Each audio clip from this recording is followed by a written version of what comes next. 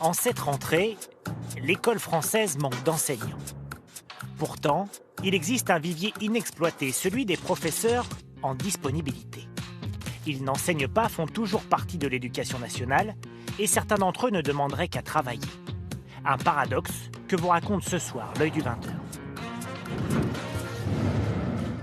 Marie-Noëlle Darouy n'enseigne plus depuis qu'elle a suivi son mari muté en Bretagne. C'est les manuels que j'avais quand j'enseignais. En 3 ans, elle n'a jamais réussi à obtenir sa mutation et est donc en disponibilité, sans salaire. Ce qui me fait le plus bizarre, c'est quand on me dit « vous faites quoi ?» Avant, je répondais « je suis prof ». Maintenant, je réponds plus ça, je dis « j'étais prof ». Ce qui l'empêche d'obtenir un poste en Bretagne, ce sont les points de barème qu'acquiert un enseignant au gré de sa carrière. 20 points par année d'ancienneté, 100 points par enfant, 150 pour un mariage ou un pax. En 16 ans de carrière, Marie-Noëlle Darouy en a engrangé 796. Très loin des 1178 nécessaires pour être titularisée cette année.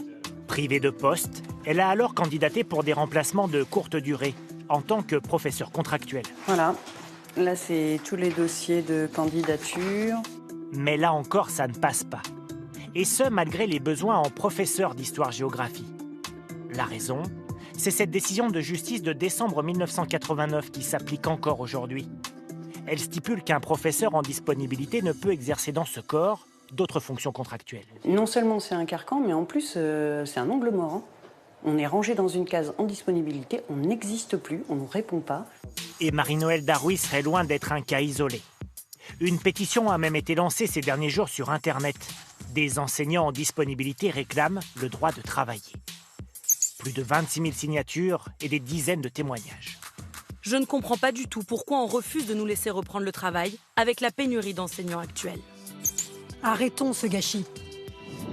Selon ce syndicaliste, sur les 8 800 professeurs en disponibilité poursuivis de conjoints, une grande partie aimerait pouvoir travailler. C'est rageant pour les personnels qui ne comprennent pas, le grand public ne comprend pas non plus, et la pression est effectivement beaucoup plus forte cette année que les années précédentes, dans un contexte de difficulté de recrutement des personnels enseignants.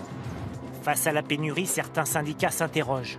Pourquoi l'éducation nationale n'accorderait-elle pas de dérogation à titre provisoire aux enseignants en disponibilité? Le ministère à qui nous avons posé la question n'y est pas favorable. Cela, assure-t-il, créerait un système inégalitaire. On introduirait une distorsion importante entre ceux qui attendent d'acquérir les points de barème et ceux qui bénéficieraient de ce recrutement.